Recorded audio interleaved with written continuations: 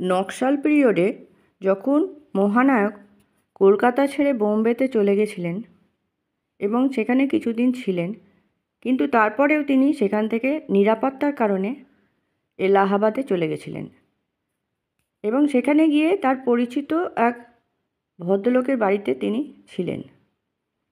তখন সেখানেই পরিচালক জগন্নাথ চট্টোপাধ্যায়কে তিনি বলেছিলেন যে এই এলাহাবাদে থেকে আমি একটা সিনেমার শুটিং করতে চাই, আপনি ব্যবস্থা করুন।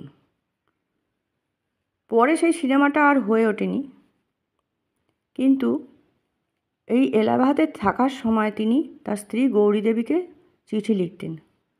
সেখান থেকেই একটা চিঠি আপনাদের পড়ে শোনাব।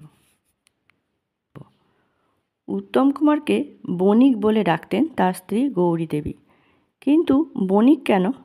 মনে হয় উত্তম কুমারের বাণিজ্য ভাবনা থেকেই এই নামের উৎপত্তি। সিনেমাটাকে ঘিরে ব্যবসা করার কথা ক্রমেই মাথায় চড়ছিল উত্তম কুমারের। গৌরী দেবী জানতেন উত্তম কুমারের পক্ষে আর যাই সম্ভব হোক, জমিয়ে ব্যবসা করা সম্ভব নয়। তার মানসিকতাতেই তা খাপ খাবে না। তাই মনে হয় খানিকটা ঠাট্টা ছলেই বণিক নামটি এসেছে। উত্তম কুমার আবার গৌরী দেবীকে আদর করে গজু বলে ডাকতেন। আসলে গৌরী দেবী ক্রমে মোটা হয়ে যাচ্ছিলেন, আর সেখান থেকেই গজু নামটা এসেছে বলে মনে হয়। তবে ব্যাপারটা বেশ স্পষ্ট হয়ে যায় 12ই অক্টোবর 1971 সালে। এলাহাবাদ থেকে গৌরী লিখে ব্র্যাকেট দিয়ে লিখেছিলেন হাতি মেরে সাথী। উত্তম কুমারের লেখা সেই চিঠিটা দেখে আপনাদের বলছি। গৌরী ব্র্যাকেটে হাতি মেরে সাথী। গৌরী পুজো কেমন কাটালে? গলা ধরেনি তো? গৌতম কেমন আছে? কাশি থেকে ফেরার সময় আর ফোন করে উঠতে পারলাম না। যাই হোক, উপরের ঠিকানায় আছি। জায়গাটা বেশ নিরিবিলি, বাংলোটাও বেশ আধুনিক, কেবল টেলিফোনটাই নেই। জগন্নাথ চট্টোপাধ্যায়ের আজ আসবার কথা। শুটিং আরম্ভ হওয়ার কথা 15ই অক্টোবর। 25 তারিখের আগে যদি হয়ে যায় তাহলে কলকাতায় ফিরে যাব। আর বাইরে ঘুরে বেড়াতে ভালো লাগছে না।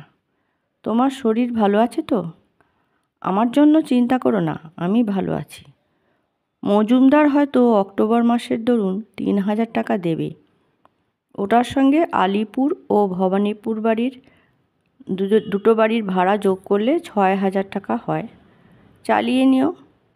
বাকি বকেয়া যা আছে ফিরে গিয়ে হিসেব করব। পাড়ায় কোনো গোলমাল নেই তো? তোমার মা আছেন না চলে গেছেন? যদি থাকেন আমার বিজয়ার প্রণাম জানিও। খোকা, ছুটকি ওরা কেমন আছে? জামাই আর ত্রিনা কি আসে? জামাইয়ের চাকরির কি হলো? ভালো থেকো। ফিরে গিয়ে আলাপ প্রলাপ সব হবে। আসি। ভালোবাসা যেন। গৌতমকে আমার শুভেচ্ছা ও প্রীতি জানিও। ইতি উত্তম ব্র্যাকেটে বণিক। ধন্যবাদ।